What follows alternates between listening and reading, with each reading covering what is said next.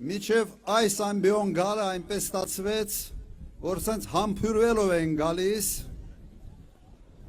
և այստեղ այնցենց այս կետում իմ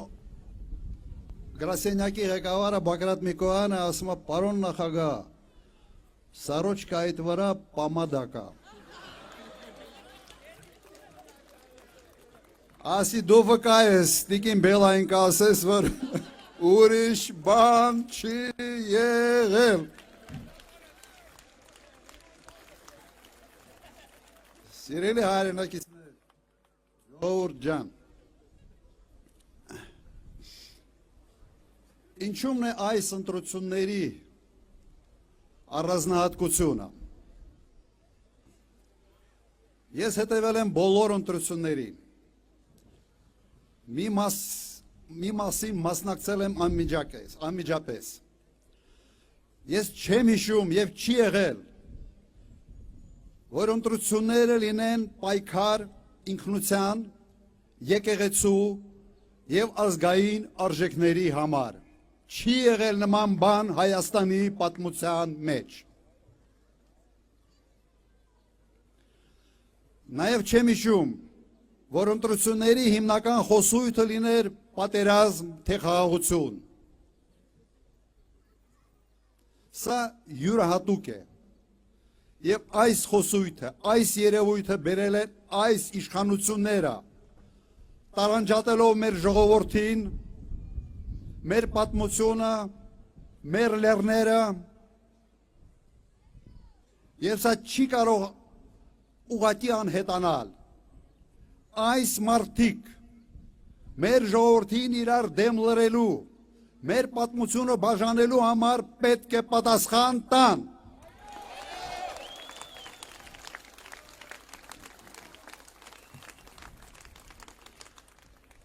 Այսօր իշխանությունների հիմնական նախընտրական խոստումը դա պատերազմն է։ Սա է ասում, որովհետև ուրիշ ասելիք չունեն, փորձենք հասկանալ, թե ինչ են անում, ինչ են ուզում և ինչի համար է մտցվել այսպիսի խոսույթ մեր ընտրական այս գործընթացի մեջ։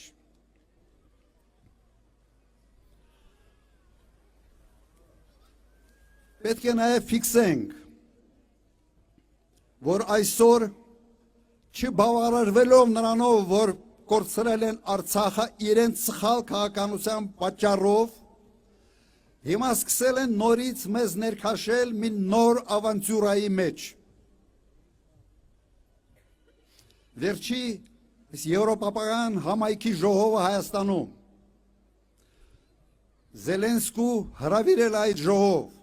սադրիչ հայտարարությունները, որոնք եղան այստեղ, սա կրկնեմ, նորից մեզ փորձում են ներքաշել մի նոր արձակախնդրության մեջ։ Եվ ինչի համար են սա անում, Մակրոնին դուր գալու համար, թե կան ավելի խորքային պատճառներ։ Կա երկու պատճառ։ Առաջինը, չունեն ասելիք, որովհետև ձախողել են բոլոր խոստումները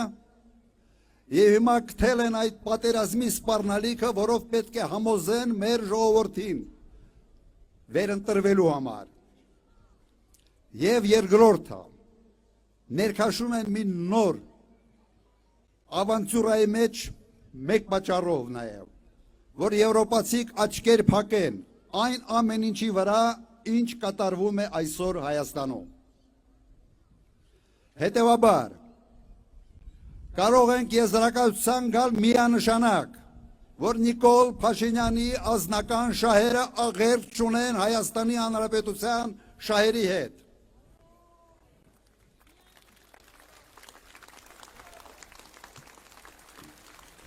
Մենք այս ամեն ինչին ասում ենք ոչ,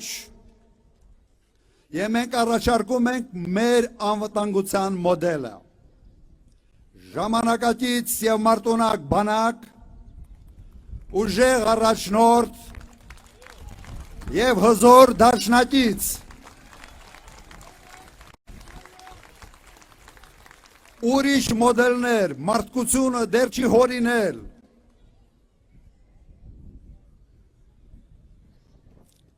Սիրելի ժողովուրդ մեզ սպառնում են պատերազմով բայց կա մի շատ պարզ ճշմարտություն պատերազմը սկսվում է այն ժամանակ երբ ագրեսորը վստահ է որ իր հաղթանակի հավանականությունը չափազանց մեծ է այլ պարագայում ոչ մի երկիր երբեք պատերազմ չի սկսում եւ հենց իմ նախագահության ժամանակ Ադրբեջանի համար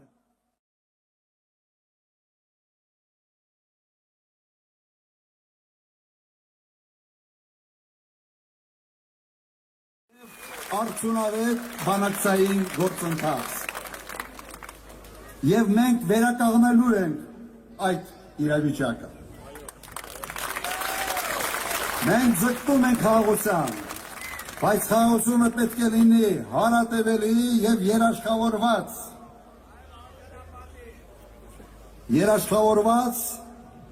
երաշխավորներ պետք է ունենան Չի կարող անվանվել խաղաղություն մի իրավիճակ, երբ ամեն ինչ կախված է մեկ մարդու կմայջույքի հետ։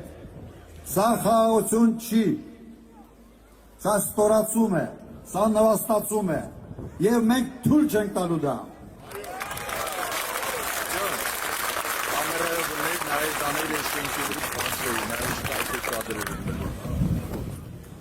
Մի քանի խոսք մեր տնտեսական ծրագրերի մասին։ Մեր նպատակը ունենալ արդյունավետ պետություն, վերականգնել արդյունաբերություն, ունենալ զարգացած գյուղատնտեսություն։ Ժամանակի ես ցույց եմ տվել, որ հնարավոր է այս ճանապարհով շարժվել։ Եվ այսօր հնարավորությունները ավելի մեծ են եւ հայտարարություն է որ 8 տարում մեկ գործարան չի բացվել մեկ նոր ներդրում արդյունաբերության ոլորտում հնարավորությունը շատ ավելի մեծ է քան մենք ունեցել ենք անցած իմ նախագահության ժամանակահատվածում այսօր կա հսկայական շուկա ԵԱՏՄ-ի շուկան Մենք ստե կարող ենք արտադրել եւ սպառում ունենալ այդ հսկայական մեծ շուկայում։ Բայց ինչ է անում այսօր իշխանությունը։ Վտանգի տակ է դնում հենց այդ հնարավորությունը։ Վտանգի տակ է դնում մեր ԵԱՏՄ-ի անդամակցությունը։ Հաշվի չի առնում այն հանգամանքը որ մեր բնակչության 80%-ի բարեկեցությունը զգալի չափով կախված է այդ շուկաններից, այդ հարաբերություններից։ Մենք սա եւս մերժում ենք։ Մենք պետք է հավասարակշռված հարաբերություններ ունենանք եւ Եվրոպայի հետ, եւ Ռուսաստանի հետ, եւ Չինաստանի հետ, եւ երբեք չփորձենք խաղալ իրենց հակասությունների վրա փոքր երկրի համար դա չափազանց մեծ հաճույք է, մեծ ռիսկ է եւ մենք նման քայլերի չենք դիմելու